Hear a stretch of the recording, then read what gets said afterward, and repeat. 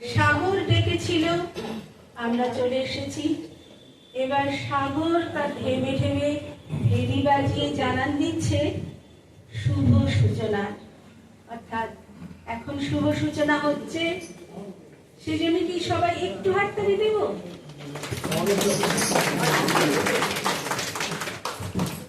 সূচনা পর্বের প্রথমেই আমি সেই দুজন গুণী মানুষ, আমাদের অভিভাবক, যারা আমাদের বাচিক শিল্পকে চিনতে শিখিয়েছেন, ভালোবাসতে শিখিয়েছেন, সখ্যতা তৈরি করতে শিখিয়েছেন এবং অবলম্বন করতে শিখিয়েছেন। এক কথায় তারা আমাদের কণ্ঠে ঘড়ি দিয়েছেন। তারা হলেন আমাদের গুরু শ্রদ্ধেয় সোমেশনাথ মহাশয় এবং আবাসার কর্ণধার শ্রদ্ধেয়া মধুছন্দা ভট্টাচার্য মহাশয়া। তাদেরকে আবাসা পরিবারের পক্ষ থেকে জানাই আন্তরিক শ্রদ্ধা ও প্রণাম। এছাড়াও আজকে আরো কিছু মানুষ আমাদের আন্তরিক আমন্ত্রণে, আমাদের ভালোবেসে আমাদের সঙ্গে আমাদের শরীক হয়েছেন, তাদেরকেও জানাই শ্রদ্ধা, শুভেচ্ছা। আর বন্ধুদের জন্য তো সেই মূল্যবান জিনিসটি থাকেই, যার নাম ভালোবাসা। আজ আমরা প্রকৃতির সমুদ্রকে সাথে নিয়ে এখানে যেমন এসেছি, সেরকম এবছর বাংলা বছর ধরেই বলছি, বা 24-25 ধরেই বলছি, আমরা বর্ষাতে প্রকৃতির সঙ্গে ছন্দ মিলিয়েছি, সঙ্গে রেখেছি শরৎকে, গ্রীষ্মকেও রেখেছি, আর হেমন্তে হয়েছিল হৈমন্তিক কাব্য সন্ধ্যা, সেখানেও প্রকৃতির সঙ্গে আমরা তাল মিলিয়েছি। আর শীতের কথা তো বলার প্রয়োজনই হয় না।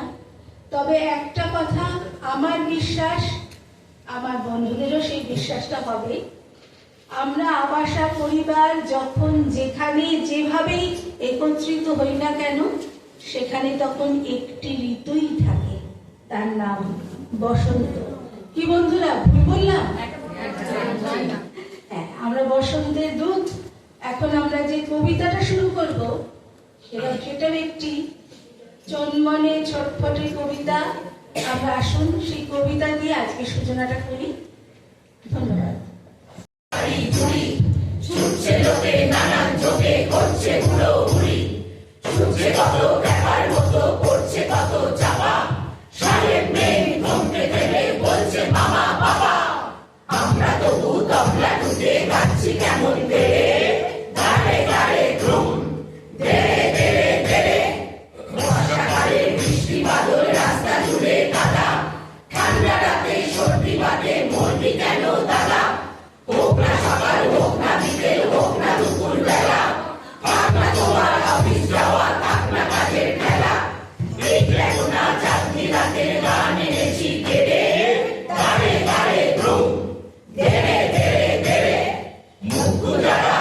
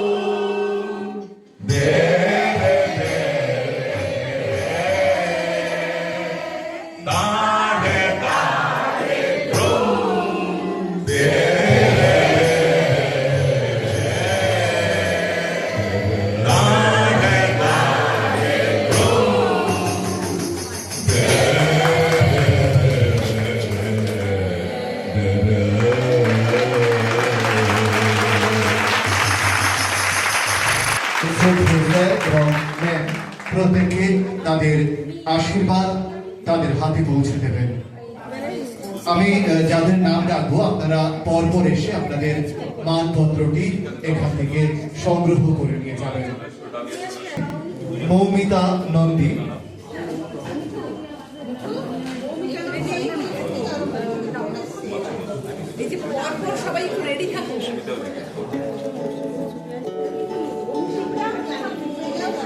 পরবর্তীতে অভিষিক্তা মণ্ডল, প্রত্যেককে একটি করে মানপত্র এবং স্মারকের মাধ্যমে আবাসার ভালোবাসার উপহার। পরবর্তীতে অভিষিক্তা মণ্ডল এবং তার পরবর্তীতে দেবস্মিতা ভান্ডারী, জয়া মণ্ডল,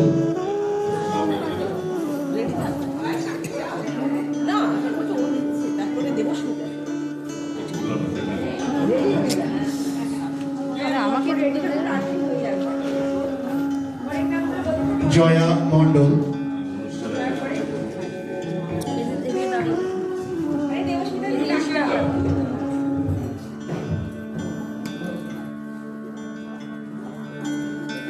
রুক্মি বসু, ইলা চক্রবর্তী,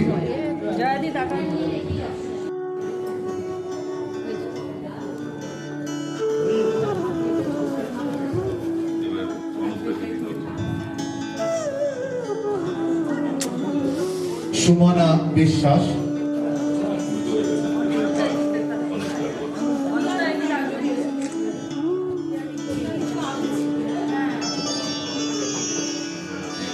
সুমন্ত গাঙ্গুলি,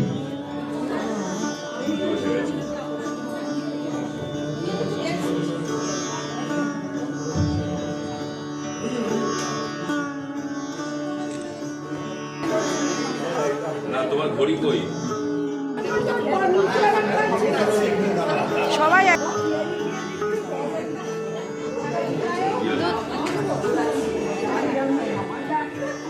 সুদীপ্ত সোম, আমাকে একটু জায়গা দিচ্ছে দেখি ছবিটা তোদের দিকে দেখি এই ডিস্টেন্স না হলে ছবি আসছে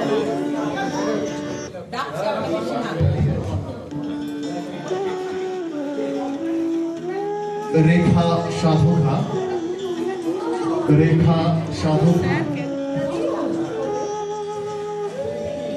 মিঠু কোলে,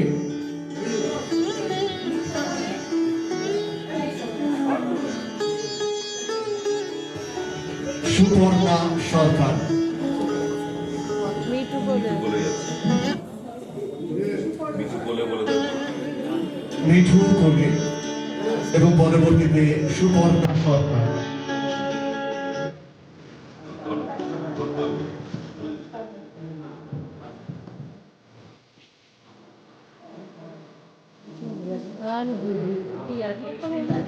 সুদীপ পালিত, পরবর্তীতে আসবেন সুদীপ পালিত। এই দেবযানী দিকটা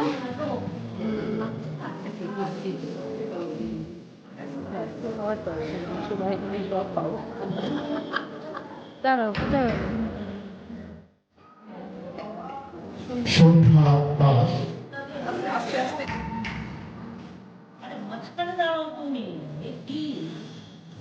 ফাল্গুনী সরকার,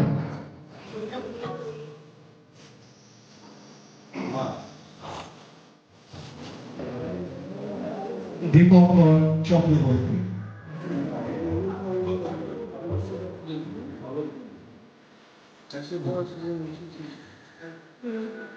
দীপঙ্কর চক্রবর্তী,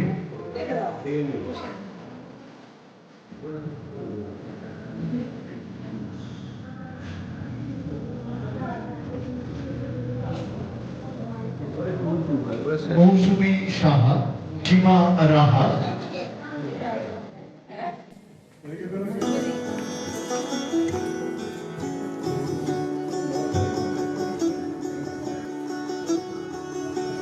অপর্ণা শোক,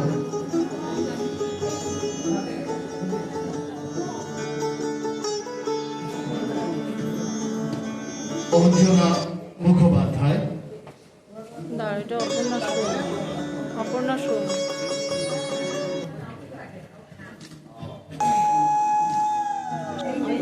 অঞ্জনা দি।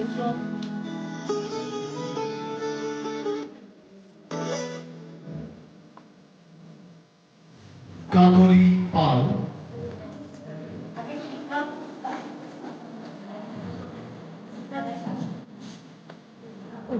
আমার মধ্যে ঢুকে গেছে। শ্যামা, শ্যামা দা। শ্যামা দা।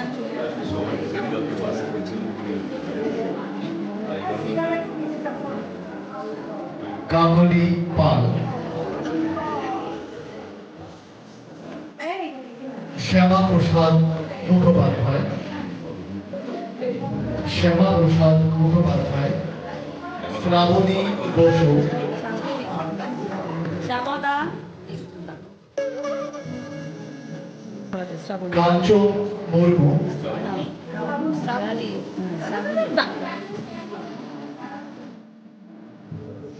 কাঞ্চন মুর্মু, পরবর্তীতে সুচিতা সাহা,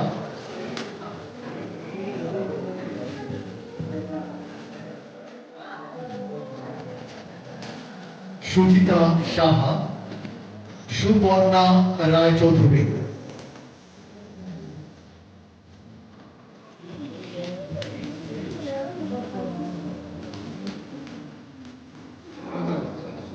দেবাশিস দাস শর্মা, ওরে দিকগুলো দিয়ে এদিকে দেখাও।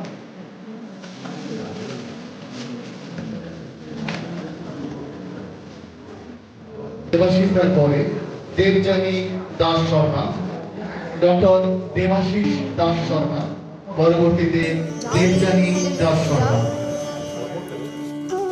এদিকে দেখাও।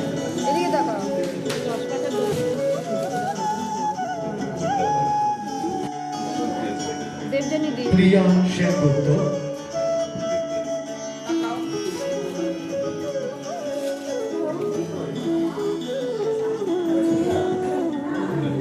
মিঠু দত্ত, না, মিঠু দি।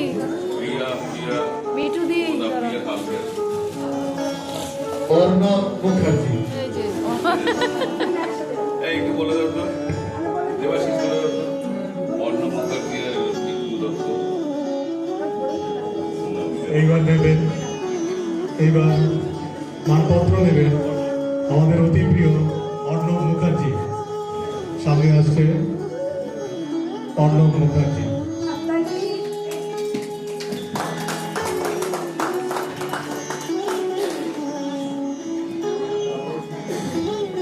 এবার আসবেন মিঠু দত্ত, আমাদের দিদি মিঠু দত্ত।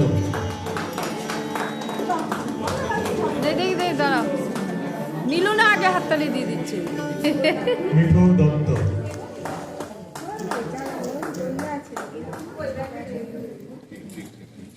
হয়ে গেছে সব।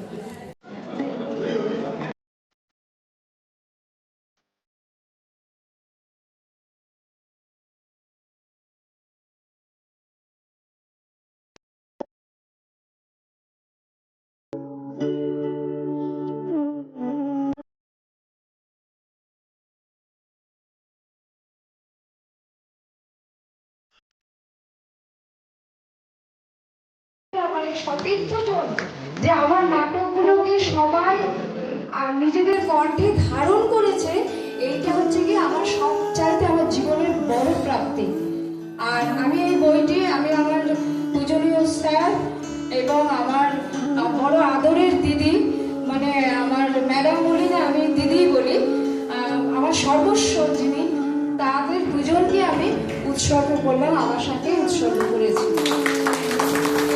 আবাসার একটা মজা আছে, যখন আবাসায় প্রথম কেউ আসে তাকে প্রথম প্রশ্ন করা হয় যে আপনি আবৃত্তি শিখবেন না নাটক শিখবেন? আবৃত্তি শিখব। নাটকটা এখানে করানো হয়, সঙ্গে গল্প পাঠটাও করানো হয়, এবং বাচিক শিল্পে যে দিকগুলো আছে সবগুলোই করানো হয়। আপনি কি লিখতে পারেন? বলে না, ছোটবেলায় লিখতাম। আপনি গান গাইতে পারেন? অনেক কাল আগে করতাম। নাম জানেন? ভুলে গেছি, ছেলে মেয়ে মানুষ করতে গিয়ে আর পেরে উঠিনি। তো ওইটাই আবাসের ইউএসপি, যেগুলো আমরা জানতাম ন্যূনতম একটা অঙ্কুর যেখানে লুকিয়ে রয়েছে সম্ভাবনা নয়, সেই অঙ্কুরটাকে আবাসায় আনার পর এরকম প্রত্যেককেই আমাদের জন্ম দেওয়া হয় যে লিখতে পারে, লেখার ঝোঁক আছে, অন্তত তাকে একটু অ্যাসিস্ট করা। সে লিখলে অন্তত প্রথম দ্বিতীয় তৃতীয় করতে করতে একটা সময় সে এতটাই মানে একটা তার মধ্যে ভালো লাগা চলে আসে, ওটার মধ্যে আত্মনিয়োগ করে। এবং যারা লেখে, যারা গান করে, যারা কবিতা নাটক পড়ার বাইরেও যারা ছবি আঁকে, নাচ করে, গান করে, সবাইকেই কাজে লাগানো, এটা আমাদের একটা আবাসের ইউএসপি। যে কারণে আমাদের স্ক্রিপ্টগুলো তৈরি হয় এবং যে কারণে আমরা আমাদের এখানে অনেকেই লেখে, মৌসুমী লেখে, সীমা লেখে, অপর্ণা লেখে, অঞ্জনাদি লেখে, এরকম নাম ধরে বলতে গেলে আমাদের দেখা যাবে যে আমরা যারা বাচিক শিল্পী হতে এসেছিলাম তারা লেখকও হয়ে গেছি, গায়কও হয়ে গেছি, আমরা নৃত্যশিল্পীও হয়ে গেছি। অর্থাৎ আবাসা একজন বাচিক শিল্পী জন্ম দিতে ধীরে ধীরে দেখা যায় 5 বছর পর সেই আবাসিয়ান একজন অলরাউন্ডার হয়ে যায়। এটাই আবাসের ইউএসপি। এবং ইলা যে কাজটা করেছে, ইলার অনেক নাটক অনেক ইউটিউবে ছাড়া হয়েছে। মৌসুমী সাহা লেখে, অপর্ণা লেখে, অঞ্জনা লেখে, আরো অনেকে লেখে, সীমা লেখে।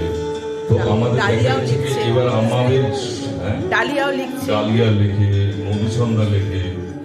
তো এবার ব্যাপার হচ্ছে কি, আমরা যখন নাটকগুলো ইউটিউবে প্রথম ছাড়তে গেলাম, আমি সব থেকে বেশি মুখোমুখি অসুবিধা যেটা বললাম, এই সঞ্জীব চট্টোপাধ্যায় বা এরকম নাম করা যাদের দিতে যাচ্ছি, তারা কোথাও না কোথাও কপিরাইট হয়ে যাচ্ছে।